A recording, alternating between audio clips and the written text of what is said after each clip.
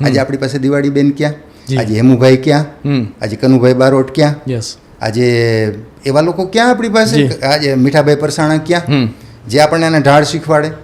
તો આજે પરિસ્થિતિ આ આવી છે. જો ડાયાબિટીસ વારસામાં આવતું હોય ને તો લોકસંગીત વારસામાં આવે છે. એ ગાવાવાળાઓને પણ 35-40 થી વધુ નથી આવડતા. બીજું એમાં 650 લોકગીત છે, એમાંથી અમને ઢાળ કેટલા આવડે છે? અમને, તમને નહીં, અમને કેટલા ઢાળ આવડે? બસ માંડ 25-30ના.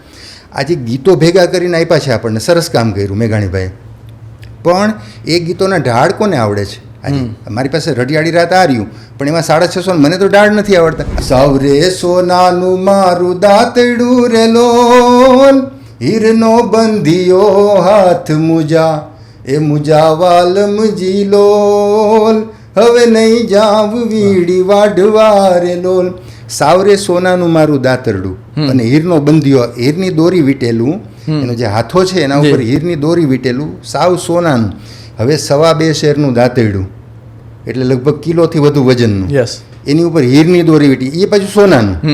હવે સોનાનું દાંતરડું જેના ઘરમાં હોય, એક તો હોય કોઈના ઘરમાં, પહેલી વાત, સોનાનું દાંતરડું જેના ઘરમાં હોય એને વીડી વાઢવા જવું પડે. તો આ એમ જ લાગે કે આ કંઈક ગોટાળાવાળું છે, એટલે આપણે દૂર થઈ ગયા. તમે મને એમ પૂછ્યું ને દૂર કેમ થઈ ગયા, આનો અર્થ ના સમજ્યા. સામે ઊભા સસરાજી તમે શું રે જુઓ છો, આવા શબ્દો અમે ગાઈએ છીએ. સામે ઊભા સસરાજી તમે શું રે જુઓ છો. હવે સસરા જવાબ આપતા હોય ને એવો ભાવ છે આમાં, આ શબ્દોમાં. મારે જોવા વવારું કેરા ગુણ રે ઓલે, ઓલે કાનુડે મુને બાણ માર્યા છે. હવે આવું વર્ષોથી ગવાય છે. આવું કોઈ દિવસ બને? આ ગળે ઉતરે? નવી વવારું પાણી ભરીને આવતી હોય, સસરા સામે ઊભા ઊભા જોતા હોય, એ એના પતિને કહે છે સામે ઊભા સસરાજી છેલ શું રે જુઓ. એના પતિને કે તમે આ રીતે મારી સામે નહીં જુઓ. હવે એક શબ્દ બદલાણો, તમે એની બદલે છેલ છે, અર્થ બદલાય. કોઈ કેમ કે આવું હોય કોઈ દિવસ ગુજરાતમાં આવું બને કે ભારતમાં આ સંસ્કૃતિમાં સસરો સામે ઊભો ઊભો જુએ ને કે તમે શું જુઓ? ના, હું મારા ગામના પાદરમાં ઊભો રહી, ઉગમણી બાજુ મારું મોઢું રાખી પૂર્વ દિશામાં, અને જમણો હાથ ફેલાવું તો પાટણવાના ઓસમ ડુંગરને અડે, અને ડાબો હાથ ફેલાવું તો ભાદર નદીને અડે. એટલે બેયની વચ્ચે મારું ગામ છે. રેજો તમે વવારુની રીત રે આ પંડડા, રેશે તો પાછા પૂગશું રે લોલ. મારી ગેરહાજરીમાં હું જ્યારે જઈ રહ્યો છું, મારું પંડ, આ મારું શરીર જો રહેશે તો પાછો આવીશ, બાકી તો શહીદ થઈ જઈશ. હું હવે જાઉં છું, પાછો આવીશ કે કેમ ખબર નથી, કારણ કે યા તો યુદ્ધ માટે જવાનું છે. આવીશ તો ક્યારે આવીશ એ પણ ખબર નથી. એટલે કોઈ જ શક્યતા કાંઈ અત્યારે કહી શકાય એમ નથી, ક્યારે આવીશ કે આવીશ કે નહીં. તો સ્ત્રીના મોઢામાંથી એક શબ્દો સરી પડ્યા અને એ આપણું લોકગીત બની ગયું. એ જે સ્ત્રીના શબ્દો હતા એનો ભાવ શું હતો, આવું એક લોકગીત છે. એ શું કહે છે? આવડા મંદિરમાં હું તો એકલી રે લોલ, કેમ કરી મારા દખના દાડા જાય રે આ પરણો, એ હાયલા રે વેરણ ચાકરી રે લો. પતિ પોતાનાથી દૂર જતો હોય અને પાછો આવશે કે કેમ ખબર નહીં હોય, ક્યારે આવશે એ ખબર નહીં હોય. એ સ્ત્રી મેળા વચ્ચે પણ એકલી જ એની પોતાની જાતને અનુભવે છે. તો આવડા મંદિરમાં હું તો એકલી. લોકગીતના અર્થ આવા થાય છે. હું તો લોકગીતોને અભણ લોકોના હસ્તાક્ષર કહું છું. અને આ લોકના શ્લોક છે, પ્રજાના પુરાણ છે. અને વામા એટલે સ્ત્રી, વામાના વેદ છે. હું સ્ટેજ ઉપરથી ગાઈ આવું છું, બધું હવામાં ઉડી જાય છે, ઓડિયન્સ તાળીઓ પાડી દે, આયોજકો પૈસા ચૂકી દે. પછી શું? પછી શું તમને તમારું બાળપણ યાદ છે? શું તમને તમારો ભીતરનો એ સાદ યાદ છે? તમને સંસ્કૃતિ યાદ છે? જો ન હોય તો આજે તમને યાદ કરાવી છે. જે હા, આપણી સંસ્કૃતિ છે તે લોકગીત, લોક સાહિત્યના સહારે હંમેશા અડીખમ અને ઉજળી રહી છે. ત્યારે આજે એક એવા બાળકની વાત કરવી છે કે જેનો જન્મ ઉપલેટા તાલુકાના સમઢિયાળા ગામમાં થાય છે. એ નાનકડા ગામમાંથી આવીને એ બાળક આંગળી પકડે છે લોકસંગીતની, લોકગીતની. આપણે હંમેશા અનેક પ્રકારના ગીત સાંભળતા હોય છે, પરંતુ ક્યાંક ને ક્યાંક ચૂકી જતા હોઈએ છીએ. લોકગીત છે કે શું છે તે કદાચ આપણને ખબર નથી હોતી, પરંતુ આપણને ખૂબ ગમે છે, કારણ કે કહેવાય છે તે ભીતરની નાળ સાથે જોડાયેલું છે. અને લોકગીત એટલે શું વિચાર આવે એવું કહેવાય છે કે લોકો કદાચ ભૂલી જાય છે, પરંતુ લોકગીત ક્યારેય નથી ભૂલતું. કાળની છાતી છે તે વિશાળ છે, અને તેમાં જે ભીતરના ડુસકાઓ છે, ભીતરની જે જીજીવિષા છે, જીવન જીવવાની જીજીવિષા છે, તે સ્વરૂપે સચવાયેલું લોકગીત હંમેશા લોકોના કંઠે નીતરતું રહે છે. અને ત્યારે આજે વાત કરવી છે એ બાળક ત્યાંથી જીવનની શરૂઆત થાય છે, જીવનમાં સંઘર્ષોની શરૂઆત થાય છે, અને છતાં પણ તેને લોકસંગીતની આંગળી નથી મૂકી. અને આજે લોકસંગીત દ્વારા, લોકગીત દ્વારા અનેક લોકો સુધી પહોંચે છે. આજે તેઓ અનેક યુનિવર્સિટીઓમાં, અનેક કોલેજોમાં બાળકોને, યુવાનોને ખાસ કરીને લોકગીત સાથે જોડે છે. અને તેઓ અત્યારે ગુજરાતના સુખ્યાત અને સુપ્રસિદ્ધ લોકગાયક છે. તેઓ પ્રખર અને વરિષ્ઠ પત્રકાર છે, સાથે જ અધ્યાપક છે. તેઓ ભણાવવાનું પણ કામ કરે છે, અને અનેક કહી શકાય કે એવી સિદ્ધિ છે તેમને મેળવી લીધી છે. અને સુપ્રસિદ્ધ કહી શકાય એવો લોક સાહિત્યનો એવોર્ડ છે તે પણ તેમને સન્માનિત છે, દુલાભાઈ કાગ એવોર્ડ. આ ઉપરાંત પણ અન્ય એવોર્ડ મળેલા છે, અને આવી તો અનેક કહી શકાય તેવી જે કહી શકાય કે સિદ્ધિ છે તેમને હાંસલ કરી છે લોકગીતના સહારે. તો એ વ્યક્તિ એટલે બીજું કોઈ નહીં, ગુજરાતના જાણીતા કહી શકાય એવા પત્રકાર છે, લોકગાયક છે, નિલેશભાઈ પંડ્યા જોડાઈ ચૂક્યા છે. તો આવો તેમની સાથે જ વાત કરીએ. બસ અમસ્તા જ. નિલેશભાઈ, સૌપ્રથમ વાત ગુજરાતીમાં આપનું ખૂબ ખૂબ સ્વાગત કરું છું, સહૃદય સ્વાગત કરું છું. નિલેશભાઈ, આજે આપણે જોઈએ તો લોકો છે તે સંસ્કૃતિ માટે ભૂખ્યા તો છે જ, દેખાય છે આપણને. લોકગીત છે તે આપણને સંભળાય છે, પરંતુ ક્યાંક ને ક્યાંક ખબર નથી પડતી કે આ લોકગીત છે કે શું. તો આજે લોકગીત વિશે જાણવું છે, આપના વિશે જાણવું છે, કારણ કે કેવા નાના એવા ગામમાંથી આવીને આજે લાખો યુવાનો, લાખો વિદ્યાર્થી સુધી આપ પહોંચ્યા છો, લોકગીતની આંગળી પકડીને પહોંચ્યા છો, એમના સુધી લોકગીત પહોંચાડો છો. તો લોકગીત એટલે શું? જુઓ, બહુ સરસ વિષય તમે આજે વાત ગુજરાતીમાં લીધો છે. લોકગીત એટલે એક એવું ગીત જેમાં તમામ પ્રકારે આપણા જીવનની તમામ ગતિવિધિ જેમાં સમાયેલી હોય, અથવા આપણા જીવનની તમામ ગતિવિધિ છે એનું એમાં ગાયન કરવામાં આવ્યું હોય, એવા કોઈ લોકોએ એનું સર્જન કર્યું છે, એની રચના કરી છે. લખ્યું એવું હું નથી કહેતો, લોકગીત લખ્યા નથી કોઈએ, કારણ કે લોકગીત તો 200, 300, 400, 500 વર્ષથી આપણે ત્યાં ગવાય નથી, વધુ વર્ષોથી. એટલે આ સંસ્કૃતિ, આ સંગીત તો ટૂંકમાં આપણા જન્મથી આપણી સાથે હોય છે. હવે ગુજરાતી લોકગીતોની વાત કરીએ તો સેજે એમ માની લઈએ કે 300-400 વર્ષ જૂના આપણા ગીતો હશે જ. હવે ત્યારે કોને લખતા આવડતું? એટલે લોકગીત કોઈ લખ્યા નથી પણ રચ્યા છે. એટલે ગામડાના અભણ લોકો હોય એ એના મનમાં કંઈક જે ભાવ આવે, પોતે જેવું જીવન જીવતા હોય એવું એણે ગામના પાદરમાં આવીને, એ બહેનોએ ગામના પાદરમાં આવીને ગાઈ નાખ્યું. કોઈ મહિલા દુઃખી છે, વહુવારું દુઃખી છે, એને દુઃખ પડ્યું, એણે શરદ પૂનમનો તહેવાર હોય, એવ્રત જીવ્રતનું જાગરણ હોય, જયા પાર્વતીનું જાગરણ હોય, તો એમાં રાસ રમાતો એમાં એક ગીત ગાઈ નાખ્યું, પોતાની વેદના એણે વ્યક્ત કરી દીધી, એ આપણા લોકગીત બની ગયા. અચ્છા, એટલે લોકગીતના સર્જક કોણ એ કોઈને ખબર નથી. કોક તો છે જ. આપણે એમ કહીએ છીએ કે લોકગીતોનો કોઈ લેખક, સર્જક નથી. ના, એવું ના હોય. લોકગીત આકાશમાંથી તો વરસા નથી, જમીનમાંથી ઉગ્યા નથી, કોકે એની રચના કરી છે. હવે જેણે રચના કરી છે ને એણે નામનો મોહ રાખ્યા વગર, કોપીરાઇટનો મોહ રાખ્યા વગર સમાજને અર્પણ કરી દીધા. એ બધા ગીતો લોકગીત થઈ ગયા. તો એમાં આપણા જીવનની તમામ, આપણા જીવનના સુખ, દુઃખ, વિરહ, વ્યથા, જે કંઈ આપણા જીવનમાં આપણી ભાવનાઓ જે આપણા જીવનમાં આવે છે ને, જે સંવેદનાઓ આવે છે, એ બધું જ એમાં છે. એટલે લોકગીત એટલે કોઈકે રચેલા એવા ગીતો જે દરેક વ્યક્તિને સ્પર્શે છે. આજે 400 વર્ષ પહેલાં કોઈ ગીત રચાણું હોય, આજે મારી ને તમારી જે સમસ્યા હોય ને એનું એમાં પ્રતિબિંબ પડતું હોય, એ લોકગીતમાં એ સમસ્યા ક્યાંક ને ક્યાંક ઉજાગર થતી હોય, એમાંથી એ મેસેજ મળતો હોય. આજના સમયની સમસ્યાનો મેસેજ 400-500 વર્ષ જૂના લોકગીતમાં મળતો હોય. એટલે એમાં એ ફૂલ પેકેજ છે, સંપૂર્ણ વસ્તુ છે, જેમાં બધી જ વસ્તુ આવી જાય છે, આપણી બધી ભાવનાઓ. એટલે આવા ગીતો જે કોણે રહી છે એ ખબર નથી, એમાં કોઈનું નામાચરણ નથી, છતાંય આપણને ગમે છે. એના એટલા સરસ ઢાળ છે. હું આગળ ઉપર એના વિશે પછી વાત કરીશ. તો આ લોકગીત છે. નિલેશભાઈ, ખૂબ સરસ વાત કરી. કદાચ અનેક યુવાનો છે એમને પણ હવે રસ પડશે, કારણ કે આપણે એ તરફ જ જવું છે, દિશામાં જવું છે, કારણ કે જે એક નાળ સાથે, ભીતરની નાળ સાથે આપણે લોકોને જોડવાનું કામ કરવું છે, યુવાનોને ખાસ કરીને જોડવા છે. અને નિલેશભાઈ, અત્યારે આપણે જોઈએ તો અનેક પ્રકારના લોકો છે તે અનેક પ્રકારના કોર્સ કરતા હોય અથવા અનેક વિષયોમાં રસ હોય છે. નિલેશભાઈને શા માટે લોકગીતોમાં રસ પડ્યો અને કેવી રીતે પડ્યો, ત્યાંથી શરૂઆત કરવી છે. આપનું બાળપણ કેવું રહ્યું અને કેવી રીતે આ નાતો જોડાણો, તેના વિશે વાત કરો. બહુ જ સરસ. મને તો આ વાત કરવી બહુ ગમે છે. આમ તો હું મારું, તમે પહેલાં કીધું એમ, ઉપલેટા તાલુકાનું સમઢિયાળા એક નાનકડું અમારું 2000ની વસ્તીનું ગામ છે, પાદરને કાંઠે. એટલે મેં એક મારા પુસ્તકમાં લખ્યું છે કે હું મારા ગામના પાદરમાં ઊભો રહી, ઉગમણી બાજુ મારું મોઢું રાખી પૂર્વ દિશામાં, અને જમણો હાથ ફેલાવું તો પાટણવાના ઓસમ ડુંગરને અડે, અને ડાબો હાથ ફેલાવું તો ભાદર નદીને અડે. એટલે બેયની વચ્ચે મારું ગામ છે. 3-4 કિલોમીટર નદી થાય ભાદર, 3-4-5 કિલોમીટર પાટણવાનો ડુંગર થાય. એટલે એવા એક ગામમાં એવી સરસ જગ્યાએ મારો જન્મ. પરંપરાગત બ્રાહ્મણ પરિવારમાં મારા ફાધર તો કર્મકાંડ કરતા હતા અને 7 ધોરણ ભણેલા હતા. મારા મધર સ્કૂલનું પગથિયું નહોતા ચડ્યા, એટલે સંપૂર્ણ અભણ હતા.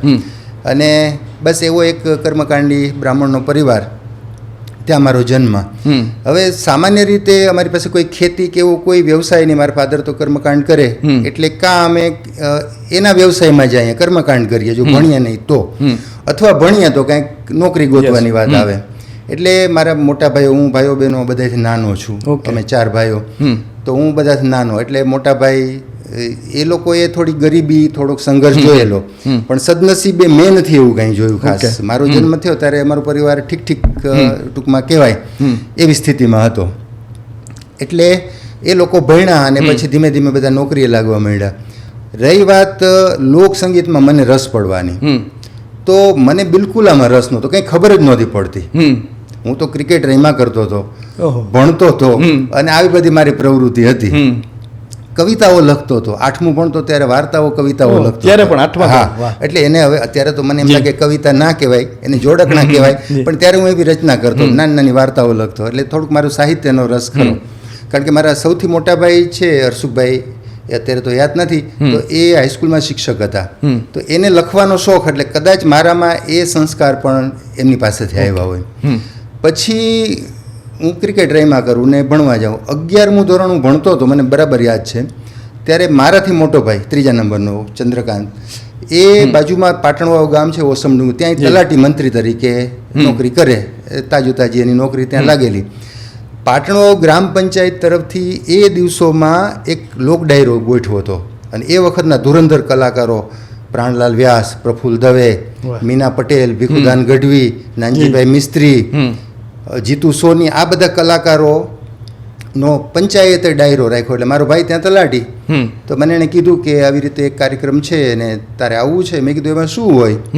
ત્યારે હું 11મું ભણતો હતો. તો મને કહે કે એ લોકો લોકગીત ને ભજન ને એવું ગાય ને ભીખુદાન ગઢવી જોક કે લોક સાહિત્યની વાતો કે મજા આવે. મેં કીધું કે મને તો બહુ મજા આવશે નહીં, પણ છતાંય જોઉં છું સાંજે. પછી એણે એક બીજું મારી એક નબળી કડી એણે કીધી, મને કે સાંજે ભજીયાનો પ્રોગ્રામ ત્યાં છે. એટલે મને જે લોકો ઓળખે છે એને ખબર છે કે હું ભજીયાનો એકદમ પ્રેમી છું. એટલે ભજીયા પહોંચાડી હતી? હા. એટલે મેં કીધું હાલો આવીશ તો ખરો, પછી એવું લાગશે તો ભજીયા ખાઈને પાછો આવતો રહીશ. એટલે મારા ગામથી પાટણ 6 કિલોમીટર થઈ, હું સાંજે ગયો, ભજીયાનો પ્રોગ્રામ કર્યો, ખાધા. પછી એમ થયું કાર્યક્રમે સાંભળીને જાઉં. કાર્યક્રમ 9, 9:30 શરૂ થયો. અચ્છા, કલાકારો પંચાયતમાં જ આવીને ઉતરા.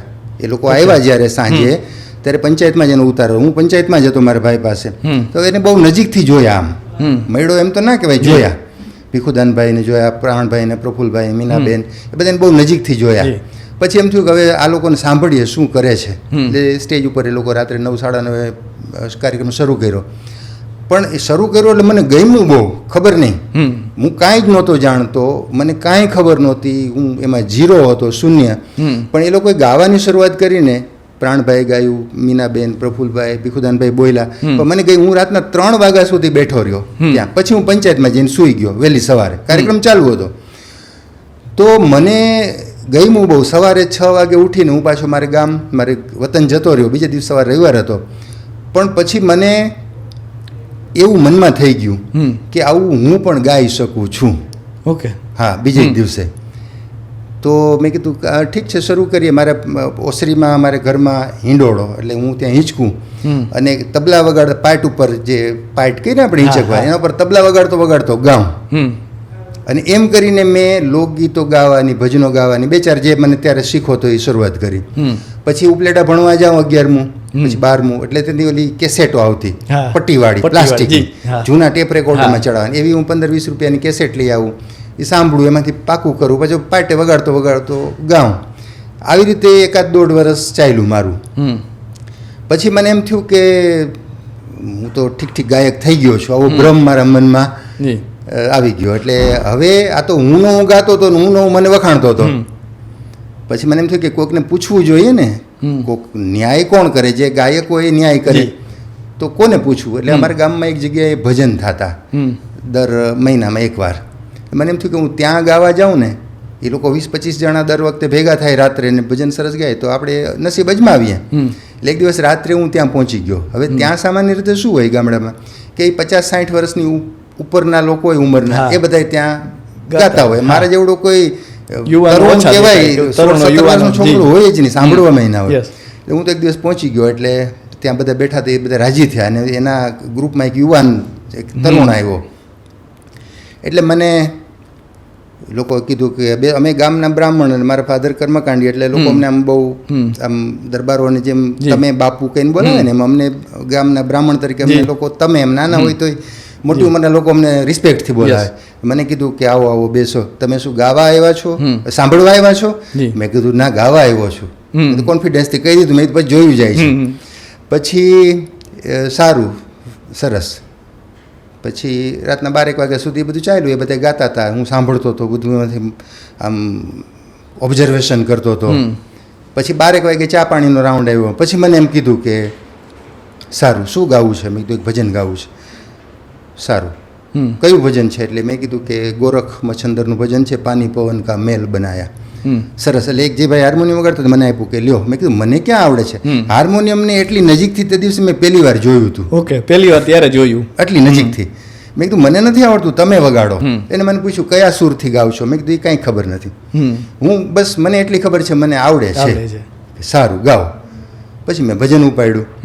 એ ભજન જ્યારે મેં પૂરું કર્યું ને ત્યારે ત્યાં 20-25 જે ભજનના જાણકારો બેઠા હતા, જે દર મહિને ભેગા થતા, એ બધા એકી અવાજે એમ કીધું મને કે આ તમારું કામ નથી, તમે ભણવામાં ધ્યાન આપો, એ બરાબર છે.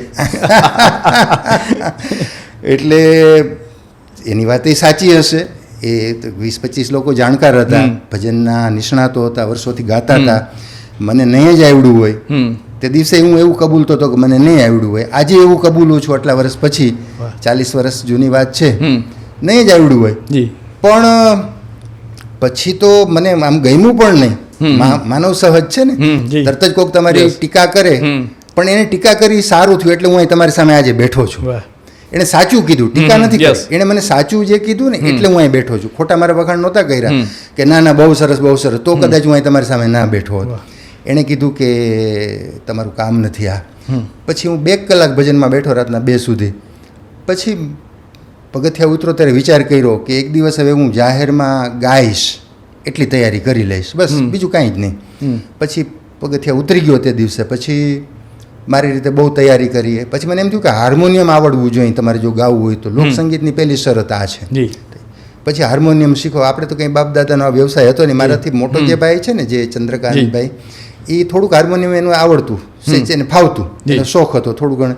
પણ ઘરે હાર્મોનિયમ નહોતું, અમે કોકનું હાર્મોનિયમ વગાડતા એ રીતે. એને શોખ હતો એટલે વગાડતા. પછી મેં મારી રીતે શરૂઆત કરી અને પછી ધીમે ધીમે એ બધું ચલાવ્યું. એમાં પછીના 1-2 વર્ષ પછી એવું થયું કે ગામમાં દુષ્કાળ પડ્યો આપણા સૌરાષ્ટ્રમાં. કદાચ 83-84ની વાત હશે. તો દુષ્કાળ પડે એટલે રામધૂન ગામડામાં બેસે. શ્રાવણ મહિના સુધી વરસાદ ના આવે. જેઠ કોરો, અષાઢ કોરો, શ્રાવણ આવી ગયો, પછી રામધૂન બેસાડે. રામ મંદિરે રામધૂન બેઠી એટલે બધા લોકો ધૂન ગાવા જાય. ત્યાં માઇક હોય. અમે તો કોઈ દી માઇકમાં પહેલાં ગાયું નહોતું. ત્યાં જે ભજનમાં હું પહેલી વાર ગયો ને ત્યાં માઇક ન હોય, એમ જ ગાવાનું. ત્યાં મને એમ થયું કે આજે મોકો છે ગામને સંભળાવી દેવાનો. માઇક લગાડેલા છે અને ધૂન ચાલે છે. સાંજે હું પહોંચ્યો અને પછી એક રામધૂન ઉપાડી. ગામને એ અવાજ નવો લાગ્યો છે. ગામમાં રૂટીન ગવાતા હતા જે લોકો ગાતા એના અવાજ કરતાં, કારણ કે હું પહેલી વાર જાહેરમાં ગાતો હતો માઇકમાં, તો કેટલાય લોકો સાંભળ્યો કે આ કોણ ગાય છે, આપણે ગામનું તો કોઈ લાગતું નથી, કારણ કે હું પહેલી વાર હતો એટલે. તો લોકોને એમ, લોકોએ ત્યારે પહેલી વાર વખાણ કરી તમારો અવાજ બહુ સારો છે, બુલંદ અવાજ છે તમારો, પહાડી અવાજ. બસ આ આપણું પહેલું પ્રોત્સાહન ત્યાંથી શરૂઆત થઈ. અને જે રીતે આજે તો કહી શકાય કે આટલા બધા યુવાનો સુધી તમે પહોંચ્યા છો ને એ પણ લોકગીતના સહારે, તો એ લોકગીત સાથે ક્યાંથી જોડાણ થયું એ હવે જાણવું છે. કારણ કે અત્યારે આપણે જો યુવાનો ખાસ કરીને લોકગીતમાં બહુ ઓછા રસ લેતા જોવા મળે. એ સાંભળે પછી તો અત્યારે જોઈએ છીએ આપણે કે યુવાનોને પણ ખૂબ સૌથી વધારે કદાચ યુવાનોને રસ છે. તો એ કઈ રીતે મિલાપ થયો લોકગીત અને આપનો? હા, ત્યાં હું હતો ત્યાં સુધી તો ભજન ગાતો હતો, આવું બધું ધૂન ને બધું ગાતો હતો. લોકગીત મને થોડા ઘણા આવડતા હતા, પણ ત્યાં એનો ખપ નહોતો. ત્યાં લોકગીતનો ઉપયોગ નહોતો કાંઈ, કારણ કે ગામડામાં તો ભજનના કાર્યક્રમ થતા હોય, મંદિરે કાર્યક્રમો થતા હોય, કોઈની ઘેરે 11 પૂનમના વગેરે, તો ત્યાં લોકગીત ગાવાની બહુ શક્યતા ન રહેતી હોય. એટલે મને આવડતા તો થોડાક, પણ એનો ઉપયોગ નહોતો. પછી હું ગ્રેજ્યુએટ થયો અને વગેરે વગેરે આગળ ભણ્યો, રાજકોટ પત્રકારત્વનો અભ્યાસ કરવા આવ્યો. હા, એટલે પત્રકારત્વનો અભ્યાસ કરવા આવ્યો તો રાજકોટમાં મેં જોયું કે દાંડિયા રાસના કાર્યક્રમો થાય, લગ્નમાં દાંડિયા થાય, એવું મેં પહેલી વાર જોયું આવીને. તો દાંડિયા રાસના કાર્યક્રમોમાં લોકગીતો ગવાય, નવરાત્રિ સરસ થતી હતી, ત્યારે ડિસ્કો ગરબાની શરૂઆત થઈ હતી. હું રાજકોટ આવ્યો ત્યારે તો ક્યાંક ક્યાંક અમે જોવા જતા, હું તો યુનિવર્સિટીની હોસ્ટેલમાં રહેતો હતો, તો અમે રાત્રે જોવા જઈએ તો લોકગીતો ગવાતા. તો મને એમ થયું કે આવા તો મને સરસ ગીતો આવડે છે, આ તો ગીતો હું સરસ ગાઉં છું, લોકગીતો.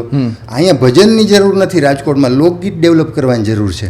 તો મને ક્યાંક નવરાત્રિમાં તક મળે, મને ક્યાંક લગ્નના દાંડિયા રાસમાં મળે, તો લોકગીતો ગાવા જોઈએ. એટલે રાજકોટ આવ્યા પછી મેં લોકગીતોનું ખેડાણ કર્યું, લોકગીતો વધારે શીખો, થોડાક અર્થ સમજવાનો પ્રયાસ કર્યો, નવરાત્રિમાં કેવા ગીતો ચાલે, લગ્નમાં કેવા ચાલે, એ બધું થોડું થોડું ડેવલપ કર્યું. અને એ રીતે હું લોકગીતના સંપર્કમાં રાજકોટ આવ્યા પછી આવ્યો. એટલે લગભગ 1 દાયકો વીતી ગયો હતો મને ગામથી એટલે લોકગીતની યાત્રા સુધી પહોંચવામાં. એટલે ગાવાની શરૂઆત કરી ત્યાંથી લોકગીત સુધી પહોંચવામાં લગભગ 1 દશકો વીતી ગયો હતો. અને એ રીતે રાજકોટ આવીને મેં લોકગીત ડેવલપ કર્યા. અત્યારે કેટલા યુવાનો સુધી આપ પહોંચો છો લોકગીતથી, અને કેટલા યુનિવર્સિટીમાં કાર્યક્રમ કર્યા છે? કારણ કે જાણવું છે કે યુવાનો કેટલો રસ લે છે, અને જો જે લોકો રસ નથી લેતા તે જોડાણ ક્યાંથી કપાયું છે, એટલે કેટલા લોકો સુધી આપ પહોંચ્યા છો લોકગીતથી? જો અત્યાર સુધીમાં અમે છે લગભગ ગુજરાતની 6-7 યુનિવર્સિટીઓ એમાં કાર્યક્રમો આપ્યા લોકગીતોના. લોકગીત ઉપર એટલે ભાર મૂકું છું કે સામાન્ય રીતે આપણી એક સમજ એવી છે કે લોકગીતો છે યુવાનો સાંભળે નહીં, યુનિવર્સિટીઓમાં ચાલે નહીં, કોલેજોમાં ચાલે, ત્યાં તો બધું ડિસ્કો ને આધુનિક ગીતો ચાલે, ફિલ્મ ગીતો ચાલે. પણ એ વાત અમે ખોટી પાડી ચૂક્યા છીએ. ઓકે, હા, લોકગીતો યુવાનો સાંભળે જ છે. હું લગભગ 2000ની સાલથી 25 વર્ષથી એ પ્રયોગ અહીં કરી રહ્યો છું આખા ગુજરાતમાં. અમે લગભગ 6 યુનિવર્સિટીઓ, એમાં સૌરાષ્ટ્ર આવી જાય, એમાં પાટણ હેમચંદ્રાચાર્ય પાટણ યુનિવર્સિટી આવી જાય, એમાં આણંદ વિદ્યાનગર આવી જાય, એમાં નિરમા યુનિવર્સિટી આવી જાય અમદાવાદની, હા, ઇન્ક્લુડિંગ નિરમા યુનિવર્સિટી. અમે નિરમા યુનિવર્સિટીમાં મેં કાર્યક્રમ આપ્યો છે લોકગીતોનો. જુનાગઢ ભક્ત કવિ નરસિંહ મહેતાની કોલેજોમાં આપ્યો છે. એટલે 6 જેટલી યુનિવર્સિટી, લગભગ 200 કોલેજો. એટલે મારો એક રફ અંદાજ છે, અમે 3.5 થી 4 લાખ યુવાનો સમક્ષ લોકગીતો સમજાવીને ગાયા છે. અમે એને એમાં રસ લેતા કરવાનો પ્રયાસ ચોક્કસ કર્યો છે. સામાન્ય રીતે કોલેજમાં કાર્યક્રમ એક કરવો એ પણ બહુ અઘરો હોય છે. અમે લગભગ 200થી વધુ કાર્યક્રમો કરી ચૂક્યા છીએ, અને 4 લાખ વિદ્યાર્થીઓને આમાં અમારી આ લોકગીતની જે સરિતા છે ને એમાં એને ડૂબકી ખવડાવવાનો પ્રયાસ કર્યો છે. કહેવાય નિલેશભાઈ, કહેવાય છે કે લોકગીત એવી વસ્તુ છે કે કદાચ તમે ઇતિહાસ કે ભૂતકાળને તમે બદલી શકો છો, મિટાવી શકો છો, ભૂંસી શકો છો, અથવા તમે એને લખી શકો છો, પરંતુ લોકગીત છે તેને એક અડીખમ હોય છે, એને તમે નથી ઓલું કરી શકતા. તો આટલું સરસ આપણો વારસો છે, આટલી સરસ સંસ્કૃતિ છે, તો એ કઈ રીતે આ જોડાણ, આટલું કહી શકાય કે ખૂબ જોડાણ હતું, એ ક્યાંથી કપાઈ ગયું? શા માટે યુવાનો આમાં રસ આટલો બધો યુવાનોને ન પડ્યો? ક્યાં ચૂક થઈ? જો સમય પ્રમાણે દરેક વસ્તુમાં બદલાવ આવે. લોકગીતો આપણા વારસામાં પડ્યા. લોકો ઘણી વખત એવું કહે, હું ઘણી વાર સ્ટેજ ઉપર કહું છું, અમે કોલેજમાં કાર્યક્રમ કરીએ ને શરૂઆતની પહેલી 10 મિનિટ બહુ જ ખરાબ જાય, કારણ કે એના વિદ્યાર્થીઓ માટે પહેલી વાર આવવું હોય. એને કોલેજમાં યુનિવર્સિટીમાં કોઈ દિવસ લોકગીતનો કાર્યક્રમ થયો ન હોય. અમે નીચે બેસીએ, હાર્મોનિયમ ખોલીએ, તબલા બેસીને ગાઈએ, કંઈ મોટી આમ લાલ પીળી લાઇટો ના હોય, બધું સિમ્પલ નીચે બેસીને ગવાતું હોય. તો એને બહુ નવું લાગે, એને બહુ સિમ્પલ લાગે, અથવા તો એને એમ લાગે કે આમાં શું જામશે. પણ અમને ખબર હોય કે આ પેલી 10-15 મિનિટ જ સંઘર્ષ કરવાનો છે, પછી તો તરત જ જોડાઈ જવાના. શું કામ જોડાઈ જાય છે એનું કારણ કહું. સૌથી પહેલી વાત કે તમે બ્લડ ટેસ્ટ કરાવવા જાઓ ને, કોઈને એવી શંકા પડે કે મને થોડી સુગર આવશે, તો ઉંમર થઈ ગઈ, તમે રૂટીનમાં જાઓ એટલે ડૉક્ટર તમને પહેલું પૂછે કે વારસામાં ડાયાબિટીસ છે, તમારા માતા પિતાને છે, દાદા દાદીને હતું, નાના નાનીને, મામા માસીને છે, વારસામાં મોસાળ પક્ષના કે પિતૃપક્ષના વારસામાં જો તમને ડાયાબિટીસ હોય તો તમને આવવાની શક્યતા છે. આવે જેવું નહીં, આવવાની શક્યતા છે. તો એ લોકો પછી એ રીતે ટેસ્ટ કરે અને પછી જુએ તમને. જો ડાયાબિટીસ વારસામાં આવતું હોય ને તો લોકસંગીત વારસામાં આવે છે. તમે તમારા દાદીમાં જે ગીતો ગાતા હતા અત્યારે તમને ભલે ના આવડતા હોય, આપણા લોહીમાં તો હેરિડિટરી આખી આ એક ગુણધર્મ છે. આપણા દાદીમાં કે આપણા નાનીમાં જે ગીતો ગાતા હતા એના દાદીમાં ને એના નાનીમાં એણે આ ગીતો ક્યાંક ને ક્યાંક રચ્યા છે, એમાં એની ભૂમિકા હશે એ ગીતો રચવામાં. આપણા વારસા આપણે લોહીમાં પડ્યું જ છે. હવે આપણે 30 વર્ષ પહેલાં કે 50 વર્ષ પહેલાં માનો કે ચૂકી ગયા, ભૂલી ગયા, ક્યાં ચૂક થઈ એ પણ હું કહું, ચૂકી ગયા છીએ તો વારસામાં લોહીમાં પડ્યું છે ને, એટલે જેવું એના સંપર્કમાં તમે આવશો ને એટલે ઉપરની રાખ છે ને એક બાજુ થઈ જશે, તરત જ જાગૃત થઈ જશે. કોલેજમાં અમે સફળ થઈએ છીએ, યુનિવર્સિટીમાં અમે લોકગીતોમાં સફળ થઈએ એનું એક જ કારણ છે, એમાં અમારી કોઈ હોશિયારી કે અમારી ચતુરાઈ કે અમારી બહુ બહાદુરી નથી, એની અંદર પડ્યું જ છે. અમે ઉપરથી રાખ ખંખેરીએ છીએ. એના નાનીમાં એ ગીતો ગાતા જ હતા, એના દાદીમાં એ ગીતો ગાતા જ હતા, એટલે અમે ખાલી રાખ ખંખેરીએ છીએ. હવે 30, 40 કે 50 વર્ષ પહેલાં ટેકનોલોજીનો યુગ આવ્યો, ટીવી આવ્યા, મોબાઈલ આવ્યા 20, 25 વર્ષ પહેલાં, તો આપણે થોડી ભૂમિકા બદલાઈ ગઈ. ફિલ્મોનું જોર વધ્યું, હિન્દી ફિલ્મોનું, રેડિયો મરી ગયો, દૂરદર્શન જે મૂળ કાર્યક્રમો હતા એ ઓછા થઈ ગયા, તો એને કારણે લોકસંગીતના કાર્યક્રમો આપણને ઓછા સાંભળવા મળ્યા. પછી બીજું યુવા વર્ગ છે એ ડાયરા બહુ થાય છે, આજે બહુ થાય છે, બરાબર? તો યુવા વર્ગ એમાં જવાવાળો કેટલો તમે વિચાર કરો. માનો કે રાજકોટના હેમુ ગઢવી હોલમાં એક કાર્યક્રમ, એમાં યુથ કેટલું હોય? રાજકોટના પ્રમુખ સ્વામી ઓડિટોરિયમમાં કે શાસ્ત્રી મેદાનમાં કે રેસકોર્સના મેદાનમાં મોટો કાર્યક્રમ હોય કોઈ પણ ગામમાં, એમાં યુથ કેટલું હોય? તમે એની ટકાવારી કાઢશો તો 20%થી વધુ નહીં હોય મોટે ભાગે. અમે 25 વર્ષ પહેલાં એવો વિચાર કર્યો કે યુવાનો આપણા કાર્યક્રમમાં માનો કે ના આવે. હેમુ ગઢવી હોલમાં અમે કાર્યક્રમ કરતા જ માનો કે યુથ 20% જ હોય, 80% કોણ હોય? જેને લોકસંગીતમાં રસ છે એવો વર્ગ હોય, ઉંમરલાયક હોઈ શકે, યુથ પણ હોઈ શકે. તો માત્ર એ રસિકો છે એ જ બધાઈ જાય છે, નવો વર્ગ તો આવતો નથી, તો એને કેમ લઈ આવો? તો અમે એવો વિચાર કર્યો કે એ આપણે આંગણે નહીં આવે, આપણે એને આંગણે જાઓ ને. તમે કોલેજોમાં જઈને કાર્યક્રમ કરો. અમે રાજકોટની કોલેજથી શરૂઆત કરી અને 200 કોલેજ સુધી અત્યારે પહોંચી ગયા, યુનિવર્સિટી 6-7 જેટલીમાં કાર્યક્રમ કર્યા. તો અમે એવું કર્યું કે આપણે એને આંગણે જઈને કાર્યક્રમો કરો. આજે રાજકોટની કોઈ કોલેજમાં કાર્યક્રમ કરીએ તો 1000 વિદ્યાર્થીઓ ઓછામાં ઓછા ઓડિયન્સમાં મળે. 1000માંથી 80% એવા હશે જેની ઉપરથી રાગ ખંખેરાઈ જાય. પછી ગાવા મળશે કે નહીં એ ખબર નથી, દરેક કલાકાર ન હોય, પણ એને ગમી જાય એ વાત નક્કી. 10-20% વર્ગ એવો હોય કે કદાચ એને માનો કે ના ગમે, થોડીક આધુનિકતા ગમતી હોય, આ બધું જૂનું લાગતું હોય, સંભવ છે, એમાં આપણો એવો દાવો પણ નથી. પણ 80% લોકોની ઉપરથી રાગ ખંખેરાઈ જાય. એટલે એક તો માધ્યમો, ટેકનોલોજી બદલાણી એટલે થોડાક આપણે દૂર થઈ ગયા, મૂળભૂત કાર્યક્રમો છે એ થોડાક ઓછા થઈ ગયા. બીજું થોડુંક પ્રોફેશનલિઝમ વધી ગયું, એટલે એને કારણે શું થયું? કાર્યક્રમો બહુ હાઈફાઈ થઈ ગયા, ખર્ચાળ થઈ ગયા, એટલે સામાન્ય માણસ કાર્યક્રમ રાખી શકે નહીં એવી પણ પરિસ્થિતિ આજે આવી ગઈ છે. પણ સરકારી કાર્યક્રમો ખૂબ થાય છે. યુવક સેવા સાંસ્કૃતિક વિભાગ આપણો છે એ બહુ કાર્યક્રમ કરતો હોય છે, એ પણ યુથને એનો લાભ મળે છે. પછી બીજું કે લોકગીતના અર્થથી આપણે દૂર થઈ ગયા. સૌથી મોટી મુશ્કેલી આપને અર્થ નથી ખબર, બિલકુલ નથી ખબર. એટલે શું થયું? માનો કે મેઘાણીભાઈએ, ઝવેરચંદ મેઘાણીએ રઢિયાળી રાત નામનો એક ગ્રંથ આપણને આપ્યો, લોકગીતનું સંપાદન. એમાં 600-650 જેટલા લોકગીતો છે એને ભેગા કરીને આપણને આપ્યા. અત્યારે મુદ્દો એ આવે છે કે એમાંથી આપણને કેટલા ગીત આવડે છે? અમને તમે એક ઓડિયન્સ છો, હું તમને અત્યારે ઓડિયન્સ કહું છું, તમને ઓડિયન્સને કદાચ 25 ગીત આવડતા હશે, અમને ગાવાવાળાઓને પણ 35-40થી વધુ નથી આવડતા. બીજું એમાં 650 લોકગીત છે, એમાંથી અમને ઢાળ કેટલા આવડે છે? અમને, તમને નહીં, અમને કેટલા ઢાળ આવડે? બસ માંડ 25-30ના. આજે ગીતો ભેગા કરીને આપ્યા છે આપણને, સરસ કામ કર્યું મેઘાણીભાઈ, પણ એ ગીતોના ઢાળ કોને આવડે છે? આજે મારી પાસે રઢિયાળી રાત આ રહ્યું, પણ એમાં 650 મને તો ઢાળ નથી આવડતા. અચ્છા, મારી પાસે એવા માણસો પણ કોઈ નથી રહ્યા જે મને આના ઢાળ શીખવાડે. આજે આપણી પાસે દિવાળી બેન ક્યાં? આજે હેમુભાઈ ક્યાં? આજે કનુભાઈ બારોટ ક્યાં? આજે એવા લોકો ક્યાં આપણી પાસે? આજે મીઠાભાઈ પરસાણા ક્યાં જે આપણને આના ઢાળ શીખવાડે? તો આજે પરિસ્થિતિ આ આવી છે. તો એટલે પણ કંઈક દૂર થઈ ગયા. અર્થ, હું વાત મૂળે કરતો હતો, લોકગીતના અર્થ જો તમે લોકોને સમજાવો ને, અમે કોલેજમાં આ કામ કરીએ છીએ, અમારા કાર્યક્રમો કોલેજમાં, યુનિવર્સિટીમાં લોકોને એટલે ગમે છે. અમે એને 2-3 મિનિટમાં અર્થ કહી દઈએ કે આ ગીતનો અર્થ આવો થાય, પછી તમે ગાશો ને તો એને વિઝ્યુલાઇઝ થઈ જશે. પેલું શું થતું હોય છે, એમ ઉપર થઈ જાય છે બધું. તમે ગાઈ નાખો, હવા બશેરનું મારું દાંતેડું, સાંભળી લીધું, તાળીઓ પાડી દીધી, પણ પછી શું? એનાથી મારું કામ નથી સરતું. મારું કામ તો સરશે તમે ઓડિયન્સ તરીકે એનો અર્થ સમજીને બીજી વાર બીજા કોઈ કલાકાર પાસેથી સાંભળવાનું કરશો, અથવા યુટ્યુબમાં તમે એક ગીત ગોતીને ફરી એકવાર કોકનું પણ સાંભળશો, ત્યારે એનો અર્થ સહીરો કહેવાય. તો આ કામ કરવું જોઈએ. આનાથી થોડુંક આપણે હટી ગયા પાછળ, એટલે અમે લોકો હટી ગયા, એટલે પણ ઓડિયન્સ થોડુંક દૂર થઈ ગયું. આ કેટલાય કારણો છે.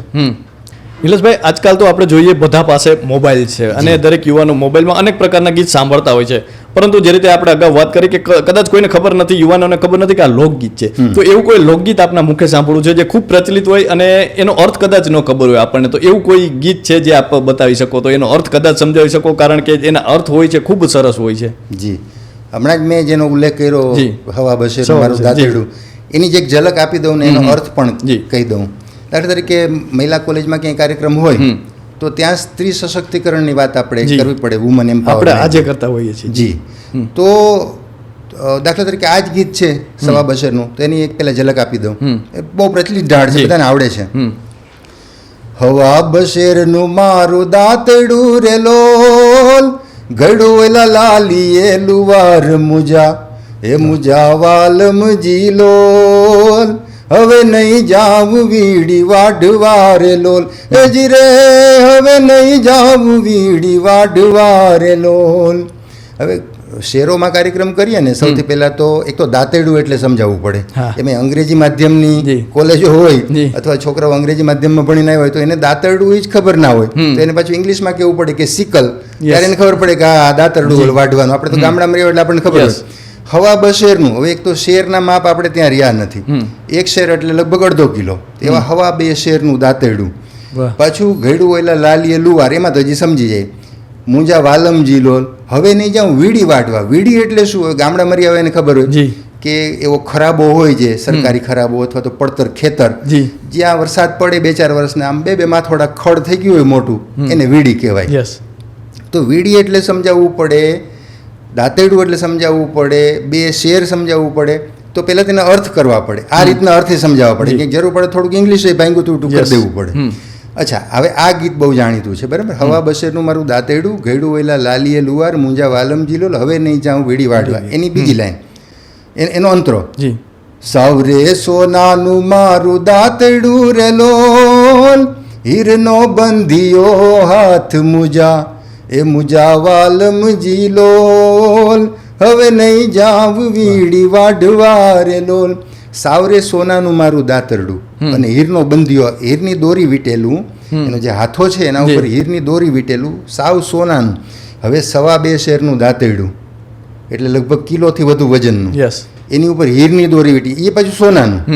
હવે સોનાનું દાંતરડું જેના ઘરમાં હોય, એક તો હોય કોઈના ઘરમાં, પહેલી વાત સોનાનું દાંતરડું જેના ઘરમાં હોય એને વીડી વાઢવા જવું પડે, તો આ એમ જ લાગે કે આ કંઈક ગોટાળા વાળું છે, એટલે આપણે દૂર થઈ ગયા. તમે મને એમ પૂછ્યું ને દૂર કેમ થઈ ગયા, આનો અર્થ ના સમજ્યા. એક આ બધું તો ખોટું છે, ધતિંગ છે. લોકગીતમાં કાંઈ ના હોય, જોડકણા છે. ના જોડકણા નથી. મેઘાણીભાઈ કીધું કે આ જોડકણા નથી, આ તો બહુ બુદ્ધિપૂર્વક રચાયેલા ગીતો છે, એમાં મારા ને તમારા જીવનની વાતો છે ને આપણને ઉપયોગી થવા સંદેશા છે. હવે સાવરે સોનાનું મારું દાંતરડું, આનો અર્થ મેં એવો કર્યો, હું લોકગીતના અર્થ કરું છું, તો મેં આનો અર્થ એવો કર્યો કે તમારી જે રોજીરોટીનું સાધન છે ને એ લાકડાનું કે લોખંડનું હોય ને તો એને સોનાનું માનવું. જે તમારી રોજી, આ દાંતેડું એ બાઈની રોજીરોટી છે, એ વાઢવા જાય છે, વીડી 5-25 રૂપિયા એમાંથી ઘાસ વેચીને કમાય છે, એની ગુજરાન હાલે છે, એની રોજીરોટીના સાધનને હંમેશા સોનાનું ગણવું. યુવાનોને કોલેજમાં કહેતો હું કે જ્યાં તમે નોકરી કરો, જ્યાં તમે કામ કરતા હો ને એ જગ્યાને સોનાની ગણવી, એનું કોઈથી બુરું ન કરવું. અહીં એક મેસેજ એ પણ છે, લોકગીતમાંથી આજે આ અર્થ કાઢવાના છે, આ અર્થ આમાંથી નીકળે છે. અચ્છા, હવે આગળ લાંબુ ગીત છે, હું આખું નહીં લઉં. પછી એમાં સરસ અંતરો છે. પરણે વાઢ્યા છે 5 પુડકા, મેં વાઢ્યા 10-20. આ બાઈ કહે છે, સ્ત્રી કહે છે, મારા પતિએ 5 પુડા વાઢ્યા, મેં 10-20 વાઢ્યા. જુઓ, સ્ત્રી સશક્તિકરણ અહીંયા છે. પુરુષ કરતાં સ્ત્રી વધુ કામ કરે. એક પહેલાં ઘરનું કામ કરીને આવી છે, ઘરમાં સવારે ઉઠીને એને તો કામ રહેવાનું. પુરુષ તો મોડો ઉઠે તો ચાલે, એને તો ઘરનું કંઈ કામ નથી, હંજવાળી પોતા કાઢવાના નથી, છોકરાઓ માટે કંઈ નાસ્તો બનાવી દેવાનો નથી. આ બધુંય કરીને બાઈ આવી છે, તો એના કરતાં વધુ પૂડા વાઢે છે. પછી પરણે વાઢ્યા 5 પુડકા, પછી પરણો લાવે છે રોજ પાવલી, હું લાવું છું ₹1.5. એવો એક અંતરો આમાં એક કડી છે. સ્વાભાવિક છે કે એ વધુ વાઢે છે, વધુ પૈસા આવે છે, પુરુષ ઓછું વાઢે છે. પછી આગળ, પરણાનો ભારો મેં ચડાવ્યો, હું રે ઊભી વનવાટ. હવે પતિએ વાઢવા આવ્યો છે, ઘાસ વાઢવા, એને જે ભારો બાંધ્યો એના ઉપર આ સ્ત્રી એના માથા ઉપર ભારો ચડે, ઓલો તો હાલતો થઈ ગયો. આ બાઈનો ભારો મોટો છે 10-20 પુડાનો, એને કોણ માથા ઉપર ચડાવશે? એટલે એ રાહ જોઈને ઊભી છે, કોઈથી નીકળે ને વટે માર્ગું તો એને હું કહું કે તું મને ભાઈ ભારો ચડાવીશ. ત્યાં એક આમથી માણસ વટે માર્ગો આવ્યો, કીધું ભાઈ તું મને ભારો ચડાવીશ. એટલે એ જે ભાઈ હતો એને ભારો ચડાવ્યો. તો આ બાઈએ એનો ઉપકાર ના ભૂલ્યો. જો સ્ત્રીના ગુણ સશક્તિકરણ અહીંયા છે. એણે શું કીધું, એણે બેનને ભારો ચડાવ્યો એટલે એને ભાઈ કીધો અને એને ઘેરે જમવા લઈ ગઈ. પછી એક સરસ છેલ્લો અંતરો છે, પરણે ભર્યું છે એનું પેટડું રે લોલ, મેરે જમાડો મારો વીર મુજા, એ મુજા વાલમજી લોલ, હવે નહીં જાઉં વીડી વાઢવા રે લોલ. પતિએ તો પોતે જમી લીધું, બસ એ તો આડે પડકે થઈ ગયો. મેં જમાડ્યો મારો વીર. પતિને જમાડ્યો, ઓલો જે ભાઈ કીધો તો જેણે માથે ભારો મુકાયો એને જમાડ્યો, પછી બાઈ જમે છે. તો એક સ્ત્રીનું સશક્તિકરણ ક્યાં છે? અહીંયા છે. તો આવા ગીતોમાંથી, આ લોકગીતોમાંથી આપણને આવા મેસેજ મળે છે. આવા અર્થ તમારે આજે જે ઉપયોગી છે ને એવા અર્થ લોકગીતમાં છે. તમે કોઈ પણ મેસેજ લઈ આવો, એ આપણા જૂના લોકગીતમાં આજનો કોઈ પણ સંદેશો હોય ને એમાં મળે જ છે. આ પ્રકારના ગીતોના આવા સંદેશા છે. આમાં કોઈ એવા ગીત હશે કે જેમાં અર્થની જગ્યાએ અનર્થ પણ થતા હશે? કારણ કે ઘણી વખત આ તો જે લોકમુખે જે કહેવાયેલું હોય છે, ગવાયેલું હોય છે, એ લોકગીત કહેવાય છે. તો કોઈ એવા ગીત હશે કે જેમાં અર્થની જગ્યાએ કંઈક અનર્થ આપણે કરતા હોઈએ, એના માટે ક્યાંક અર્થ પણ બદલી જતા હોય છે ઘણી વખત? ઘણા એવું થાય છે. એટલા માટે એવું થવાનું એ શક્ય છે, એવું થાય છે. એની પાછળ છે ને કોઈનો દોષ નથી. એટલા માટે કે 300 400 500 વર્ષ પહેલાં જે ગીત રચાણું હોય, પછી એ નદીના પ્રવાહની જેમ આગળ વધ્યું હોય. એક પેઢીએ એ ગીત રચ્યું, પછીની પેઢી એની પાસેથી સાંભળીને જુઓ, ત્યારે પ્રિન્ટ નહોતું થતું. એ પહેલાંનું છે. હા, ત્યારે ટેકનોલોજી, પ્રિન્ટિંગની ટેકનોલોજી આપણી પાસે નહોતી. લખતા લોકોને આવડતું નહીં. મોટાભાગના લોકો અભણ હતા, અર્ધશિક્ષિત અથવા અલ્પ શિક્ષિત, અને કાં અભણ હતા, અશિક્ષિત. હું તો લોકગીતોને અભણ લોકોના હસ્તાક્ષર કહું છું. વાહ! અને આ લોકના શ્લોક છે, પ્રજાના પુરાણ છે. અને વામા એટલે સ્ત્રી, વામાના વેદ છે આ લોકગીતો. અભણ લોકોએ જેનું સર્જન કર્યું એ લોકોએ ગાઈ નાખ્યું. એની પાસેથી પછીની પેઢીએ સાંભળ્યું, એણે જેવું સાંભળ્યું એવું સમજ્યું, એણે ગાયું. સંભવ છે કે 2 શબ્દ બદલાઈ ગયા સાંભળવામાં. છાપેલું હોય તો તમે કોપી ટુ કોપી કરી શકો. સાંભળેલું કોઈ હોય એમાં શબ્દો બદલી જવાની શક્યતા છે. રેકોર્ડેડ તો હતું નહીં ત્યારે, એ ટેકનોલોજી નહોતી. પછીની પેઢીએ એની પાસેથી સાંભળ્યું, એમાં 2 શબ્દ બદલાણા. એટલે ક્યાંક નાનો મોટો ફેરફાર, નદીના પ્રવાહમાં જેમ કચરો ભળતો જાય એમ ક્યાંક આવું થયું છે, જેને કારણે કેટલાય લોકગીતમાં અમુક શબ્દો બદલાઈ ગયા, એનો અર્થનો અનર્થ થઈ ગયો. હવે એવું કેમ થયું એનું કારણ એમાં કોઈનો વાંક નથી, એમાં આપણે કોઈનો દોષ નહીં દઈ શકીએ. હવે આવું થયું એને કારણે પરિસ્થિતિ શું થઈ? લોકગીતને નુકસાન ગયું. લોકોએ એને બહુ છીંછરા માની લીધા, અર્થનો અનર્થ થઈ ગયો. ક્યારેક એને જુદી ઉપમાઓ આપવા માંડી, ઓહો આ તો સંભળાય નહીં, જાહેરમાં ગવાય નહીં, આવું થયું છે. હવે એવા હું 1-2 દાખલા તમને આપું. એક બહુ જાણીતું લોકગીત છે આપણું, ફિલ્મોમાં પણ લીધું છે, ગુજરાતી ફિલ્મોમાં પણ, અને મૂળભૂત એ લોકગીત છે. એમાં એ ગીત કયું છે? છેલ હલકે ઈંઢોણી માથે હેલ લેવી છે, છેલ હલકે ઈંઢોણી માથે હેલ લેવી છે, મારે ભરવા સરોવરિયાના નીર રે, ઓલે ઓલે કાનુડે મુને બાણ માર્યા છે. બહુ જાણીતું લોકગીત છે. હવે આ અહીં સુધી બરાબર. આનો અંતરો જુઓ. અમે બધા જ જે વર્ષોથી ગાઈએ છીએ ને, એક શબ્દ ખોટો ગાઈએ છીએ અમે, એને કારણે અર્થ બદલાઈ જાય છે. અંતરો અમે શું ગાઈએ છીએ વર્ષોથી? અચ્છા, આમાં ભાવ એવો છે, પહેલાં ભાવ કહી દઉં. એક નવી પરણેલી વહુવારું માથે હેલ ભરી, પાણીની હેલ ભરી અને આવી રહી છે, અને એ આ ગાય છે, આ ગીત ગાય છે, હેલ છેલ હલકે ઈંઢોણી માથે હેલ લેવી છે, મારે ભરવા સરોવરિયાના નીર, ઓલે કાનુડે મને બાણ માર્યા. પછી એ બાઈ ગાય છે, સામે ઊભા સસરાજી તમે શું રે જુઓ છો. આવા શબ્દો અમે ગાઈએ છીએ. સામે ઊભા સસરાજી તમે શું રે જુઓ છો. હવે સસરા જવાબ આપતા હોય ને એવો ભાવ છે આમાં, આ શબ્દોમાં. મારે જોવા વવારું કેરા ગુણ રે, ઓલે ઓલે કાનુડે મુને બાણ માર્યા છે. હવે આવું વર્ષોથી ગવાય છે. આવું કોઈ દિવસ બને? આ ગળે ઉતરે? નવી વવારું પાણી ભરીને આવતી હોય, સસરા સામે ઊભા જોતા હોય, વહુ પાછી સસરા સામે બોલે, નવી પરણેલી. ગામડામાં આપણી કેટલી મર્યાદા. એ પાછી એમ કે તમે સામે ઊભા શું જુઓ છો? સસરો વળી એમ કે મારે તમારા ગુણ જોવા છે. આવું બને નહીં.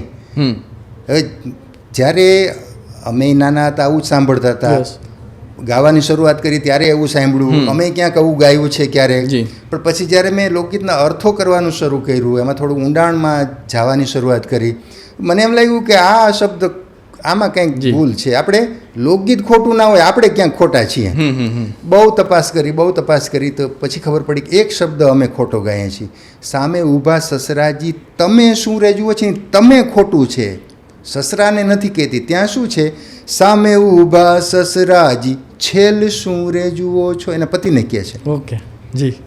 સામે ઊભા સસરાજ, મારા સસરા અને તમારા પિતા અહીં સામે ઊભા છે, હું પાણી ભરીને આવું છું ત્યારે તમે મને આમ ઊભા આ રીતે ન જુઓ. સંયુક્ત પરિવારમાં રહેતા હોઈએ ત્યારે પતિ પત્નીએ પણ જાહેરમાં, કુટુંબની વચ્ચે, ગામમાં વચ્ચે મર્યાદાથી વાત કરવી પડે, મર્યાદાથી એકબીજા સામે જોવું પડે, મર્યાદાથી ચાલવું પડે. ગામડામાં આજે આ છે જ. તો એ એને પતિને કહે છે, સામે ઊભા સસરાજી છેલ શું રે જુઓ, એને પતિને કે તમે આ રીતે મારી સામે નહીં જુઓ. હવે એક શબ્દ બદલાણો, તમે એની બદલે છેલ છે, અર્થ બદલાય. કોઈ કેમ કે આવું હોય, કોઈ દિવસ ગુજરાતમાં આવું બને કે ભારતમાં આ સંસ્કૃતિમાં સસરો સામે ઊભો જુએ ને વહુ કે તમે શું જુઓ, ના. એક શબ્દ અમે ખોટો ગાઈએ છીએ, એને કારણે અર્થ બદલાઈ ગયો છે. હવે છેલ ગાવા માંડીએ છીએ, વાત પૂરી થઈ ગઈ. લોકગીત બરાબર છે, આપણી સંસ્કૃતિને અનુરૂપ જ છે. દરેક વખતે એને પતિને કહે છે, સામે ઊભા સાસુજી છેલ શું રે જુઓ, સામે ઊભા જેઠ મારા છેલ શું રે જુઓ, દરેક વખતે એને પતિને કહે છે. તો હવે તમને ગળે ઉતરી ગયું ને આ વાત છે. અચ્છા, આમાં એક શબ્દ બદલાણો, 2 અક્ષર, તમે નહીં પણ છેલ. હવે એક અક્ષર બદલાઈ જાય તો લોકગીત કેવું બદલાઈ જાય, એનો દાખલો તમને આપો. એમાં મેં થોડો ઊંડો અભ્યાસ કર્યો. વર્ષોથી એક ગીત ગવાય છે, બહુ જાણીતું છે. ચોબારીના ચોકમાં રૂડા ઝરમર વેચાય છે, ચોબારીના ચોકમાં રૂડા ઝરમર વેચાય છે. ચોબારી નામનું એક ગામ છે, આપણે ચોટીલા તાલુકામાં એક ચોબારી ગામ છે, એક ભચાઉ તાલુકામાં કચ્છમાં છે. તો ચોબારી નામનું ગામ છે, ત્યાં ઝરમર એટલે એક ગળામાં પહેરવાનું ઘરેણું છે. તો ત્યાં આવા ઘરેણા વેચાય છે. હવે આ સ્ત્રી ગાય છે, ચોબારીના ચોકમાં રૂડા ઝરમર વેચાય છે, દેરીડો હોય તો રે મુલવે, આ પાતળીને પેરાના કોડ છે. આવું ગીત છે. હવે અમે વર્ષોથી જે ગાઈએ છીએ, અમે શું ગાઈએ, ચોબારીના ચોકમાં રૂડા ઝરમર વેચાય છે, દેરીડો હોય તો મુલવે, પાતળીને પહેરાના કોડ છે. આ પાતળી સ્ત્રી છે એક વવારું, એને આવા ઘરેણા પહેરવાનો શોખ છે, એને કોડ છે, પણ એ એમ કહે છે કે અહીં વેચાવા તો આવ્યું છે, પણ મારો દેર હોય તો મને લઈ દે. મને આ ગીત સાંભળીને 2-3 વર્ષ સુધી, હું જ્યારે મારી કોલમમાં અર્થ લખું ને, મારે દર અઠવાડિયે એક ગીત જોઈએ, તો હું વિચાર કરું કે આ ગીતનો અર્થ અત્યારે લખાય નહીં, કારણ કે આમાં કંઈક ખોટું જાય છે. કોઈ પણ પરિણીતાને એનો દેર શું કામે ઘરેણા લઈ દે તો કોણ લઈ દે, એનો પતિ લઈ દે. દેર શું કામે લઈ દે? અમે તો આવું ગાઈએ છીએ, દેરીડો હોય તો મૂલવે. દેરીડો શું કામ મૂલવે? 2-3 વર્ષ સુધી મેં ગીત બાજુ પર રાખી દીધું, વિચાર્યું, પૂછ્યું કેટલાયને, મત લીધા, સંશોધન કર્યું. પછી એક મને આકાશવાણી રાજકોટનામાં કોઈ ગાયિકા બેને આ ગીત ગાયું છે રેડિયોમાં, નામ તો હું ભૂલી ગયો છું અત્યારે એનું, પણ એ મેં રેડિયોમાં સાંભળ્યું 1.5 વર્ષ પહેલાં. મને લાગ્યું કે આ બેને સાચું ગાયું છે, આ ગાયિકા સાચું ગાયું. એણે શું ગાયું? ચોબારીના ચોકમાં રૂડા ઝરમર વેચાય છે, લેરીડો હોય તો રે મુલવે, આ પાતળીને પેરાના કોડ છે. લેરીડો એના પતિ માટે, એમ લેરમાં રહેતો હોય મોજીલો, એ અત્યારે વિદેશ કમાવા ગયો છે, પરદેશ ગયો છે કમાવા, એ જો અહીં હોય ને તો મને લઈ દે. આ લેરીડો મારો નથી ને, એટલે મને કોઈ આ કોણ લઈ દે મને. કેવો ભાવ જુઓ, દેરીડો નહીં પણ લેરીડો, બે નહીં પણ લે, એક જ અક્ષર બદલાણો, કેવો ભાવ બદલાઈ ગયો, અનર્થ થઈ જાય અર્થનો. તો આવી રીતે હવે એમાં કોઈનો વાંક નથી, એમાં કોઈનો વાંક નહીં કાઢી શકાય. પણ એટલું ખરું કે જ્યારે અમારી પાસે આવા લોકગીતો આવે, શંકા પડે ને તો એનું અર્થઘટન કરી લેવું જોઈએ, કાં કોકને પૂછી લેવું જોઈએ. થોડાક ટાઈમ ન ગાઈએ, હું એવું રાખું કે ત્યાં સુધી નહીં ગાવું. કાલ સવારે તમે, હું ક્યાંક જાહેરમાં ગાઉં, તમે પૂછો આનો અર્થ કરી દો, અને મને ખબર ન હોય તો એવું ના ચાલે. તો શક્ય હોય ત્યાં સુધી અર્થ મેળવા પછી ગાવું. અમે આ કોલેજમાં આ કામ કરીએ, આવા ગીતો ગાયા અને અર્થ કરીએ. હવે તમે કહો શું કામ ના ગમે, આ યુવાનોને શું કામ ના ગમે? નિલેશભાઈ, અત્યારે તો આપણે જોઈએ આપની જે કોલમ છે આવતી હોય છે દર રવિવારે અને બુધવારે ગુજરાતના જાણીતા અને પ્રમુખ અખબારોમાં આપની કોલમ આવે છે, સાથે જ અનેક પુસ્તકો છે આપના, અને કદાચ આપ એકમાત્ર એવા છો કે જેમના 3 પુસ્તકો છે કે જેનો ભાવાનુવાદ થયેલો હોય ગુજરાતમાં એકમાત્ર. તો આટલું બધું કહી શકાય કે આ ક્યાંથી વિચાર આવ્યો કે હવે આપણે આ ગીતોને છે તેને પહોંચાડવું પડશે, તેનો ભાવાનુવાદ પહોંચાડવો પડશે, એ વિચાર ક્યાંથી આવ્યો? જો એમાં પણ બહુ એટલે મારા જીવનમાં છે ને કેટલી બધી ચમત્કારિક ઘટનાઓ બની છે. એમાં એ પણ એક ચમત્કારી, જેમ હું ગાવામાં એક આવી ગયો, એ જ રીતે લખવામાં પણ એકાએક, એટલે કવિતાઓને એવું લખતો હતો, વાર્તાઓ, પણ લોકગીતો વિશે કંઈ લખવું કે એ વિચાર ક્યારેય આવ્યો નહોતો. કાર્યક્રમો વર્ષોથી કરતો હતો, કોલેજોમાં અર્થ કરાવીને વર્ષોથી ગાઉં છું, પણ 2015ની સાલમાં, આજથી 10 વર્ષ પહેલાં, એકાએક મને એવો વિચાર આવ્યો કે આપણે કોલેજોમાં કાર્યક્રમ કરીએ, યુનિવર્સિટીઓમાં કરીએ, પૈસા મળી જાય, ઓડિયન્સ તાલીઓ પાડે, યુવાનોને ગમે, એ બધું સાચું, પણ આનું દસ્તાવેજીકરણ, આનું ડોક્યુમેન્ટેશન ક્યાં? હું સ્ટેજ ઉપરથી ગાઈ આવું છું, બધું હવામાં ઉડી જાય છે, ઓડિયન્સ તાળીઓ પાડી દે, આયોજકો પૈસા ચૂકી દે, પછી શું? પછી હું કાલ સવારે નહીં ગાઈ શકતો હું, પછી આના અર્થ મારે, પછી ઘણા લોકો આવશે કરશે, પણ હું જે સ્ટેજ ઉપર કરું છું, તો હું તો બેઝિકલી પત્રકાર છું, થોડું ઘણું લખી જાણું છું, તો હું ગાઈ જાણું છું એમ થોડુંક લખી જાણું છું, તો કેમ આ ક્ષેત્રમાં હું ના જાઉં?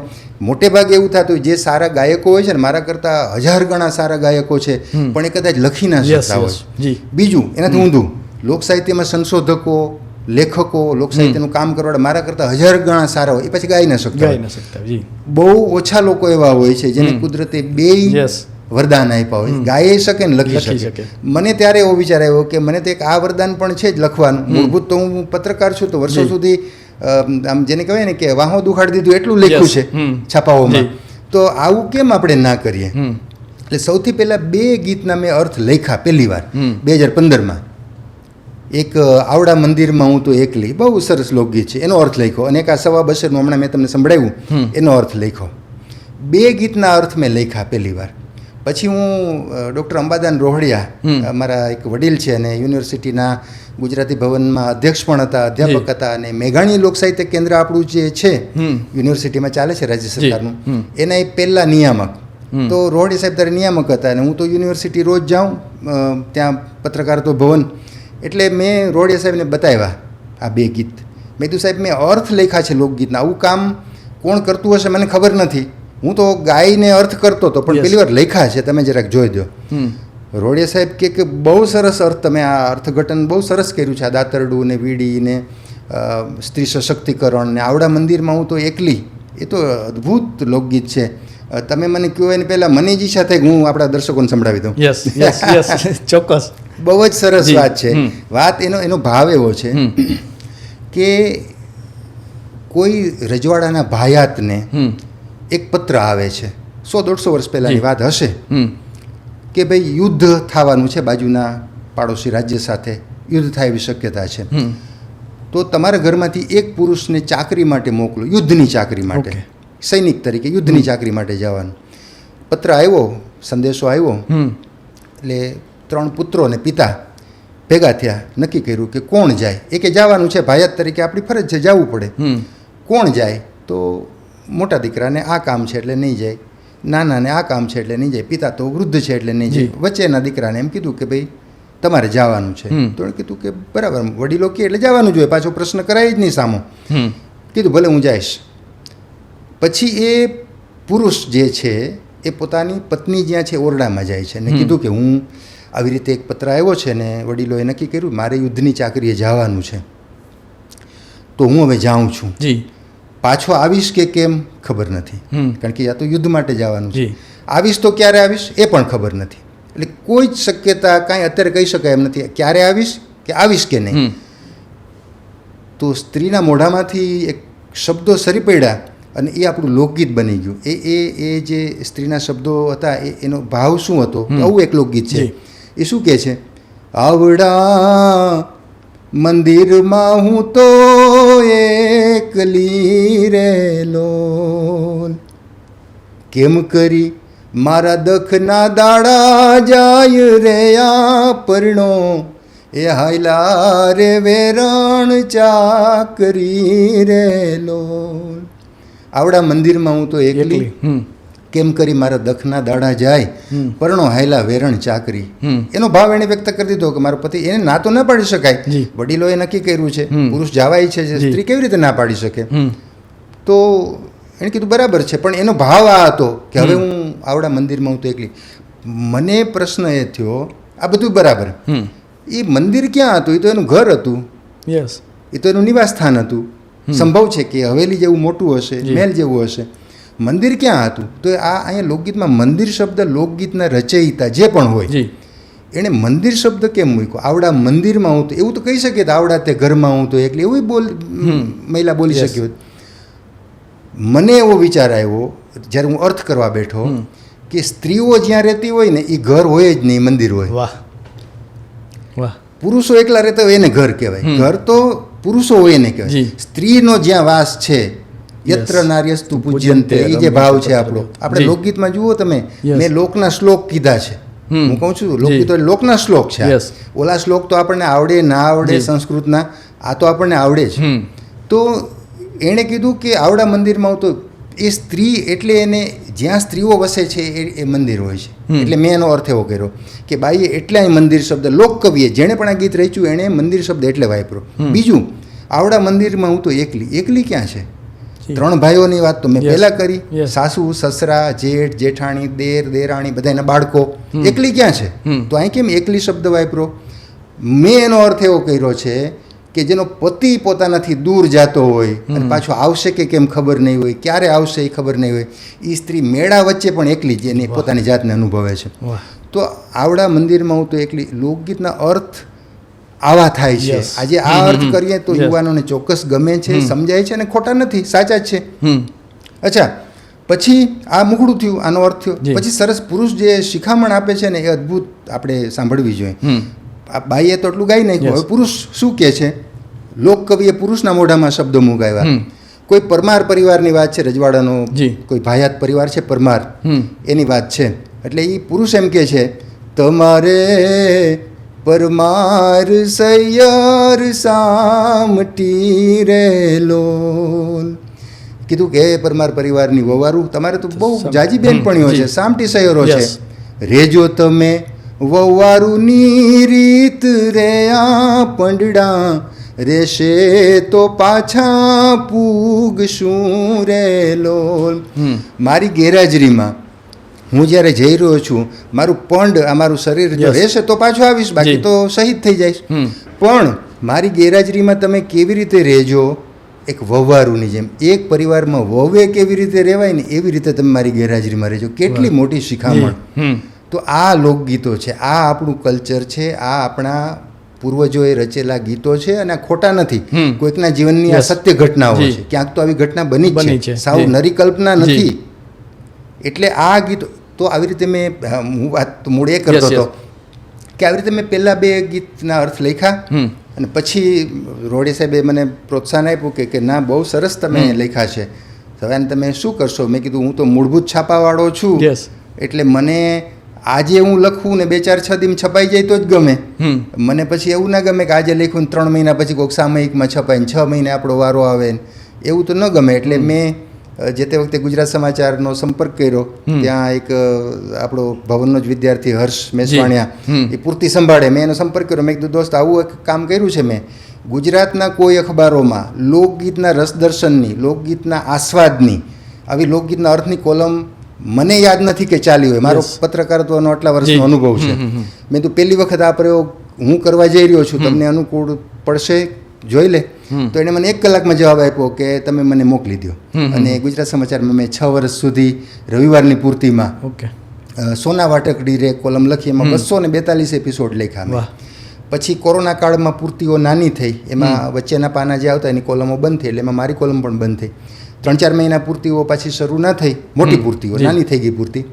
પછી મેં દિવ્ય ભાસ્કરમાં કોલમ શરૂ કરી. આજે લગભગ 2-2.5 વર્ષથી ત્યાં ચાલે છે, લગભગ 250 એપિસોડ ત્યાં ચાલે. 400થી વધુ લોકગીતનો મેં કોલમના રૂપે, એ પણ કદાચ રાજકોટ એટલે ગુજરાતના પત્રકારત્વમાં કદાચ સંભવ છે, મને ખબર નથી, પણ સંભવ છે કે પહેલી વાર કોઈ 400 લોકગીતના અર્થ કોલમ રૂપે છપાણા હોય. મારો પત્રકારત્વનો 35 વર્ષના અનુભવમાં તો મેં જોયું નથી, પહેલી વાર આવું થયું. હવે અચ્છા, મારી કોલમ શરૂ થઈ 2015માં ગુજરાત સમાચારમાં.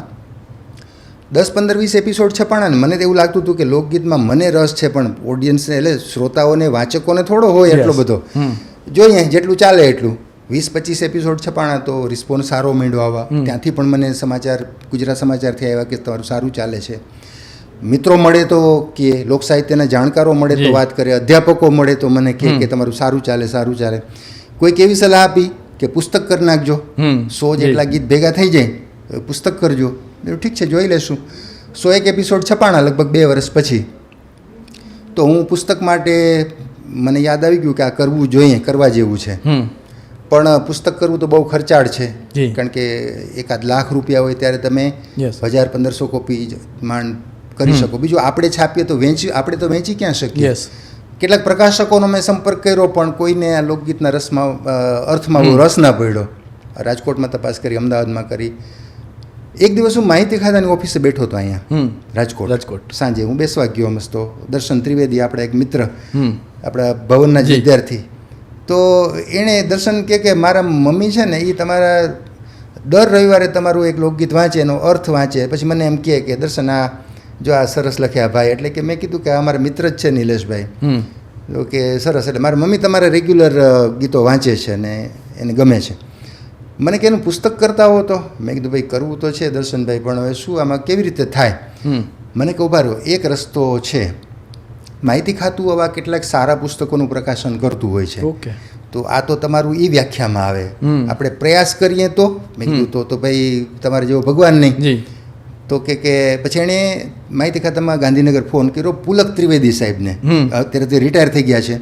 તો એ ત્યાંના જે માહિતી ખાતાના આ પ્રકાશન વિભાગના મુખ્ય અધિકારી હતા, એમને ફોન કર્યો અને કીધું. તો એણે સાહેબની સાથે મારી વાત કરાવી. સાહેબ એવું કીધું કે તમે ગાંધીનગર આવો ને ત્યારે મને મળજો, 5 ગીત ભેગા લેતા આવજો તમારા એપિસોડ. તો હું તો પછી ગાંધીનગર તો આપણે ક્યારે જતા હોય, મેં કીધું હાલો ને જઈ આવું. 15 દી પછી ખાસ ગયો, ત્રિવેદી સાહેબને મળ્યો ને મેં કીધું સાહેબ આ એપિસોડ 5 મારા જોઈ લ્યો. આમ તો એક મારું આમ મારા ધ્યાનમાં તો છે જ, તમે ગુજરાત સમાચારમાં લખો છો. એને વાંચ્યા અને ત્યાં મને એમ કહી દીધું કે આપણે આનું પુસ્તક કરીએ છીએ.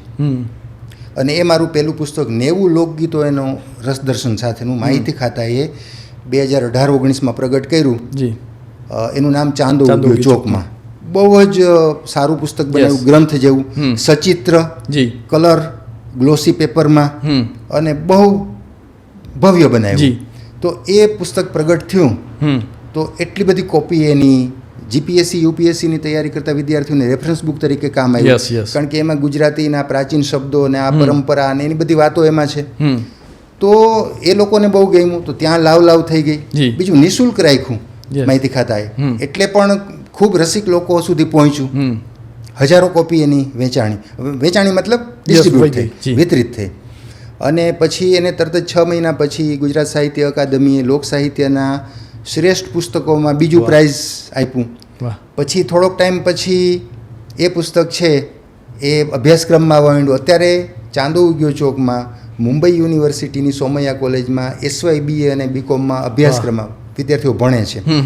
ગુજરાત વિદ્યાપીઠ આપણી અમદાવાદ, એમાં આ વર્ષથી 2025થી MAના અભ્યાસક્રમમાં સેમેસ્ટર 2માં અભ્યાસક્રમમાં દાખલ થયું. અને આપણી જૂનાગઢની નરસિંહ મહેતા, ભક્તકવિ નરસિંહ મહેતા યુનિવર્સિટી, ત્યાં FY કે SYBAમાં રેફરન્સ બુક તરીકે ચાંદો ઉગ્યો ચોકમાં, અને એના પછી બીજા મારા 2 પુસ્તકો છેલડા અને સોના વાટકડી, એ રેફરન્સ બુક તરીકે દાખલ થયા. એટલે અત્યારે 3 યુનિવર્સિટીમાં આ મારું પુસ્તક આવી ગયું છે. અત્યાર સુધી કેટલા પુસ્તકો લખાયા છે અત્યાર સુધી? સૌથી પહેલાં હું અગાઉ વાર્તાઓ, કવિતાઓ લખતો હતો. ત્યારે 1995માં મેં એક લઘુકથાનો સંગ્રહ બહાર પાડ્યો હતો, શોર્ટ સ્ટોરી, નાની વાર્તાઓ 20-25 લીટીની, એવું હું ત્યારે લખતો. તો એનો એક સંગ્રહ મેં 1995માં મૂક્યો હતો, જુઈના ફૂલ. એટલે એ એક સાહિત્ય. અને પછી આ લોક સાહિત્ય 2018-19થી શરૂ કર્યું. તો પેલું ચાંદો ઉગ્યો ચોકમાં, એમાં 90 લોકગીતોનો અર્થ છે. પછી મેં ધોળ ઉપર કામ કર્યું. ધોળ આપણે ત્યાં એક બહુ અદ્ભુત વસ્તુ, લોકગીત જેવા જ હોય છે, પદ પ્રકારના. અને લોકગીત અને ધોળ વચ્ચે છે ને આમ બહુ પાતળી ભેદરેખા છે, ખબર ના પડે તમને કે આ ધોળ છે કે લોકગીત. ગાઈએ તો ખબર પડે, એટલે ગાયકીમાં ફરક છે, એટલે જે લોકો ગાવાવાળા હોય એ સમજી જાય. તો ધોળ અને એનું અર્થ, એનું મેં એક છેલડા બહાર પાડ્યું. પછી મેં સોના વાટકડી રે નામથી ફરી પાછા લોકગીતો અને એનો અર્થ, એમાં 66 લોકગીતોનો અર્થ છે એ પ્રગટ કર્યું. પછી મને ઝવેરચંદ મેઘાણી લોક સાહિત્ય કેન્દ્ર આપણું યુનિવર્સિટીનું, એણે મને એક પ્રોજેક્ટ આપ્યો હતો ધોળ અને લોકગીત વચ્ચેના તફાવતનો. ઓકે.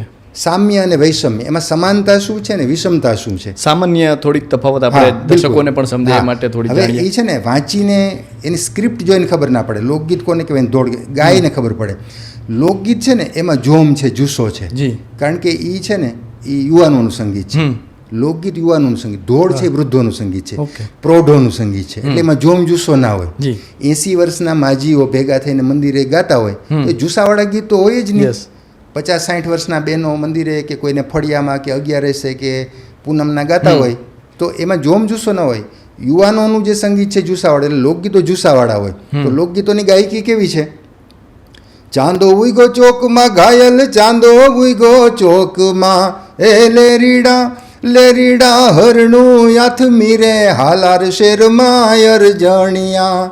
આ જુસ્સાવાળા ગીત છે, બરાબર. હવે ધોળ છે એની સામે કેવું છે? આંખ મારી ઉગડે ત્યાં સીતારામ દેખું, ધન્ય મારું જીવન કૃપાએ ની લેખું. તમે જોયું આમાં જુસ્સો નથી. આપણે કદાચ આ સાંભળેલું છે પણ ખબર નથી કે આ ધોળ કહેવાય. બીજું એમાં ભક્તિભાવ છે. વૃદ્ધો ગાય છે ને એ ઉંમરે પહોંચ્યા પછી એક જ હોય કે ભાઈ ભગવાન અમને લઈ જાઓ અથવા અમારું ભલું કરજો, અમને સ્વર્ગ આપજો વગેરે વગેરે.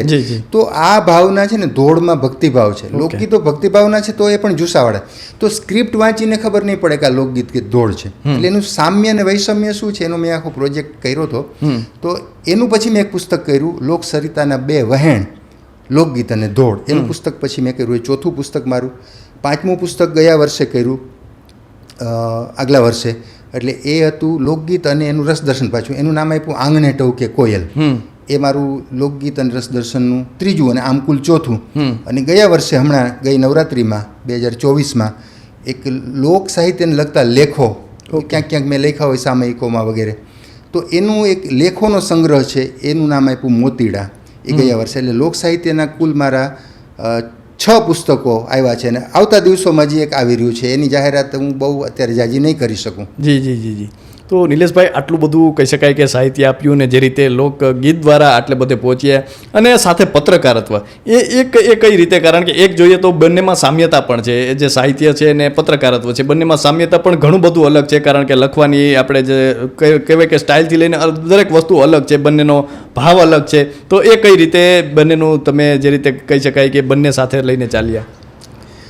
જો આમ તો છે ને પત્રકારત્વ એ બહુ શરૂઆતની રોજીરોટી હતી.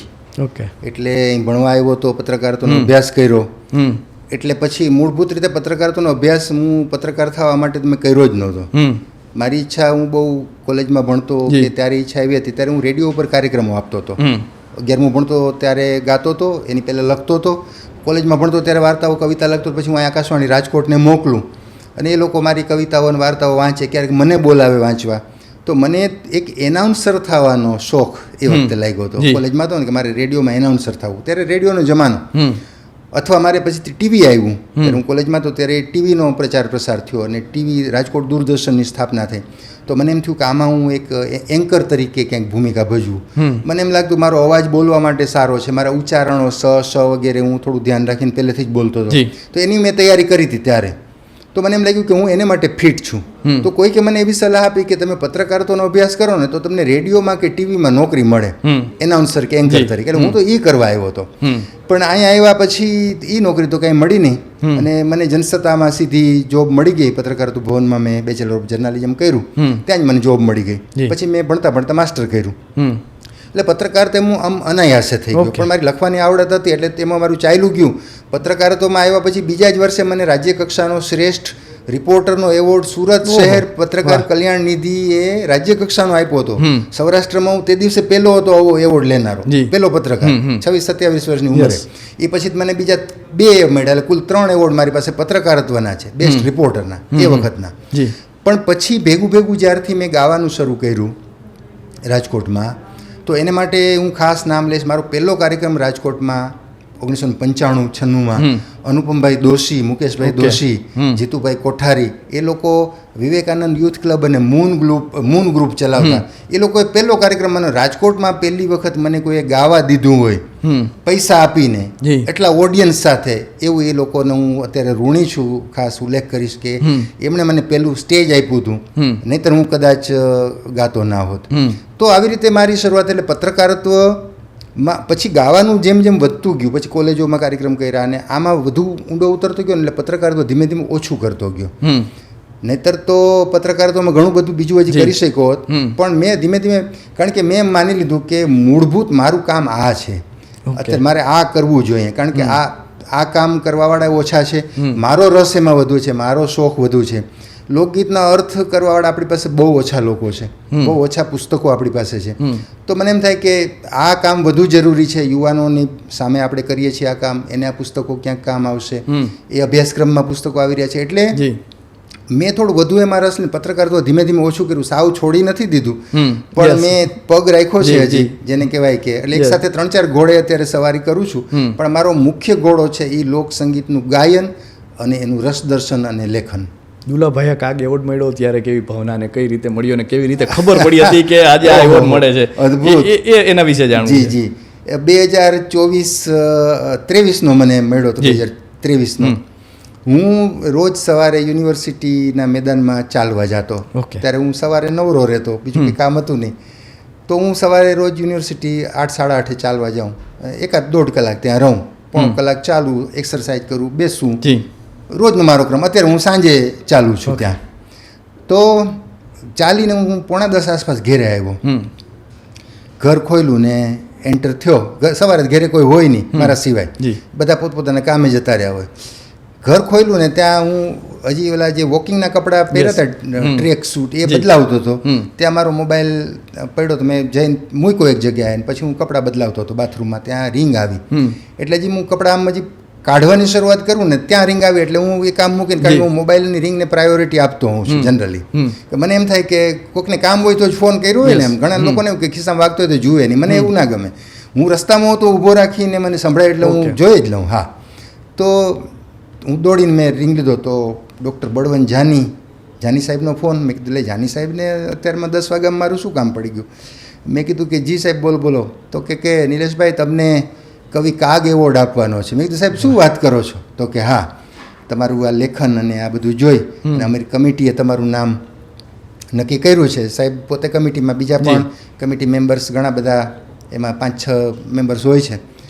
તો મેં કીધું સાહેબ, મેં તો જેટલો આભાર સાહેબનો વ્યક્ત થતો હતો એટલો અને કમિટીનો વ્યક્ત કરી દીધો. અને કાગબાપુનું સ્મરણ મનમાં થઈ આવ્યું કે જેની કવિતાઓ આપણે પ્રાથમિક શાળામાં ભણતા હતા, સ્ટેજ ઉપર વર્ષોથી ગાઈએ છીએ, એ એવોર્ડ આપણને મળવાની વાત સામેથી આવી, ખબર પણ નહોતી.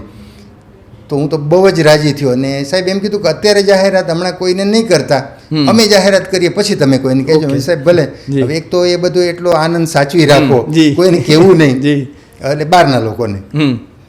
પહેલો જ ફોન મારી પત્નીને મેં કર્યો કે આવી રીતે કોલેજે હોય છે, એટલે મેં કીધું કે આવી રીતે મને એવોર્ડ મારા નામે જાહેર થયો છે, પણ અત્યારે કોઈને કહેવાનું નથી, આપણને બેને જ ખબર છે. બસ સાંજ થઈ ત્યાં તો એ લોકોએ કમિટીએ જાહેરાત કરી દીધી ને કંઈક 24મી ફેબ્રુઆરીનો દિવસ હતો. તે દિવસે અમને ત્યાં પૂજ્ય મોરારી બાપુના વરદ હસ્તે એવોર્ડ અર્પણ કરવામાં આવ્યો. ખૂબ સારી. એ સિવાય પણ અન્ય એવોર્ડ પણ મળેલા છે આપને? હા, લગભગ 1.5 ડઝન જેટલા. એક બીજું મોટું નામ છે એવું જ લોક સાહિત્યમાં, સંશોધકમાં. આપણે ત્યાં યુનિવર્સિટીના ગુજરાતી ભવનમાં એ અધ્યાપક હતા, લોક સાહિત્યના મોટા સંશોધક પુષ્કર ચંદ્રવાકર સાહેબ, બહુ મોટું નામ છે. પણ એના નામે પણ એક એવોર્ડ અપાય છે.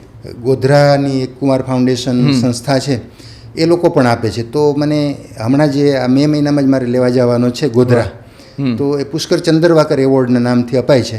તો મારા સદનસીબ છે કે આવા લોક સાહિત્યના 2 ધુરંધરોના નામના એવોર્ડ મારા લેખન, મારા ગાયન માટે મને પસંદ કરવામાં આવ્યો છે. એ હવે આવતા દિવસોમાં એ મારે ગોધરા જઈને સ્વીકારવાનો છે મે મહિનામાં. પછી રાજકોટની એક સંસ્થા છે, એ પ્રાઇડ ઓફ રાજકોટ એવો એવોર્ડ દર વર્ષે આપે છે. પછી હા, દીપચંદભાઈ ગાર્ડીના નામનો એવોર્ડ અપાય છે, એ પણ એક બહુ મોટું નામ છે આપણું. તો એ પણ મને 2 વર્ષ પહેલાં અનુપમભાઈને એની જે સંસ્થા છે દીકરાનું ઘર વૃદ્ધાશ્રમ, એ લોકોએ 3-1 વર્ષ પહેલાં મને આપ્યો છે. એટલે એવા એક અતુલ્ય વારસો આઈડેન્ટિટી એવોર્ડ છે એ પણ મને મળ્યો છે આ વારસો સાચવી રાખવા માટે. તો બસ આપણે કામ કરતા જઈએ છીએ ને આ બધું રસ્તામાં મળતું જાય છે. જી, તો આ સંસ્કૃતિ છે અને આ આપણી ગંગોત્રી છે, આ લોકગીતો છે. એ ગંગોત્રીમાં ડૂબકી લગાવીશું તો આપણે એના ભાવને જાણી શકીશું ને જેટલાય ભાવની નજીક જશું તેટલે આજે આપણે વારસાની નજીક જઈ શકીશું. આપણે એ કહી શકાય કે જે નાળ સાથે જોડાયેલા છીએ, જે જમીન સાથે જોડાયેલા છીએ તેની વધુ ભીતર જઈ શકશું, વધુ નજીક જઈ શકશું. અને જે કહેવાય છે કે આજ હમ આગ હે કલમ પાની હો જાયંગે, આખિર મેં સબ લોક કહાની હો જાયંગે. દરેક વસ્તુ છે, દરેક વ્યક્તિ છે તે કહાની થઈ જશે, પરંતુ આ લોકગીતો છે તે કાયમ અમર રહેશે, કારણ કે ભાવ છે અને ભાવ છે તે લોકો સાથે હંમેશા જોડાયેલો રહે છે. તો નિલેશભાઈ, આપનો ખૂબ ખૂબ આભાર.